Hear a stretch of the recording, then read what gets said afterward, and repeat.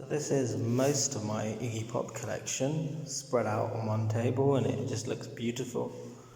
There's David Bowie picture disc, China Girl, Living on the Edge of the Night, which was used in a Ridley Scott film, it's been forgotten about.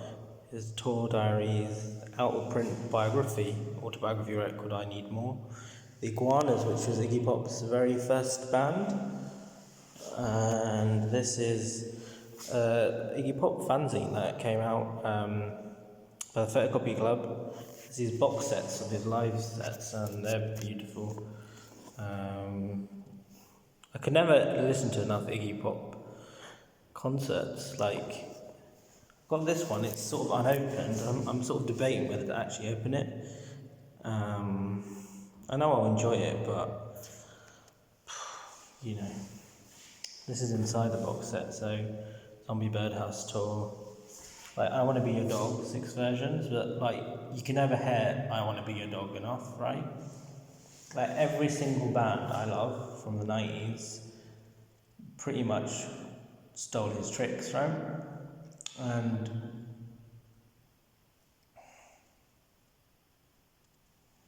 yeah, like, would Queens of the Stone Age exist without him? Would Nirvana exist without him? That riff, in 1969, so fucking ahead of its time. Peaches and Iggy Pop did a duet together. This stuff is limited to 1,000. I'm just debating whether to open it, because this is a 7-inch box set, rarities, and they're all beautiful. I know I'd love it. I know I'd absolutely love it. But if he died tomorrow, that would be worth lots of money. Oops. That's not why I collect this shit.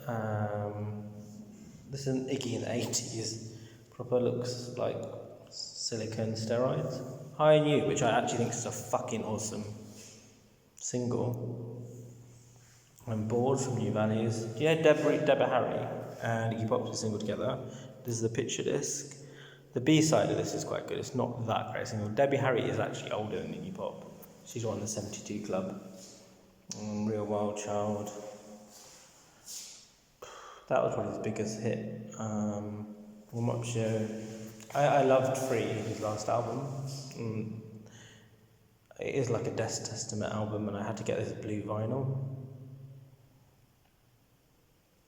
I've got a few others. Lust for Life.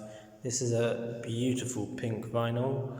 I've never paid this much for like a 7-inch single. Fire Girl, which I actually think is a great single. I actually love Blah Blah Blah because most of the tricks Iggy did have been sort of stolen, but Blah Blah Blah I actually think is quite sonically innovative in a way that's not given credit. This is David Bowie and Iggy Pop. I actually don't like David Bowie that much anymore. And it's a blood red vinyl, it's beautiful.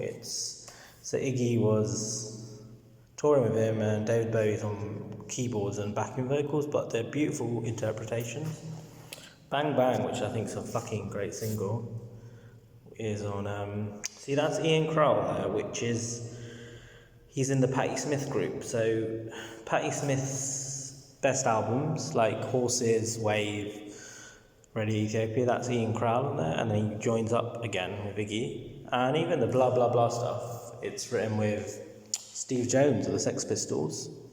So Ian Crowell is written this album. This is the first album I ever bought, which was Nirvana's In Utero, but you know that album wouldn't exist without this. How comes Kurt died? How comes we lost him, but Iggy is still alive? He's sort of... Kurt is a child of Iggy. He said Raw Power was his favourite album of all time. The Idiot, which is this is a silver vinyl edition I have. I should have there's tons more as well there. I've got loads at home as well.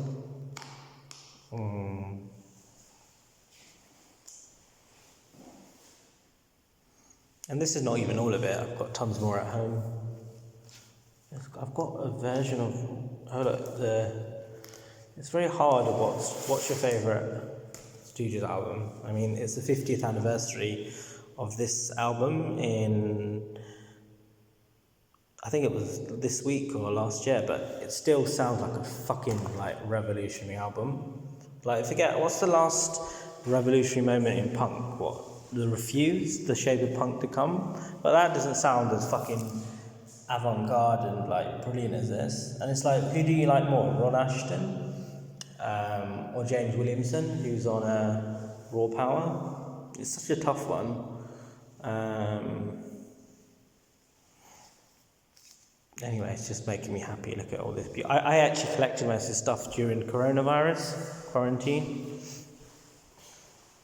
Yeah, it's almost like I made up an artwork as an excuse.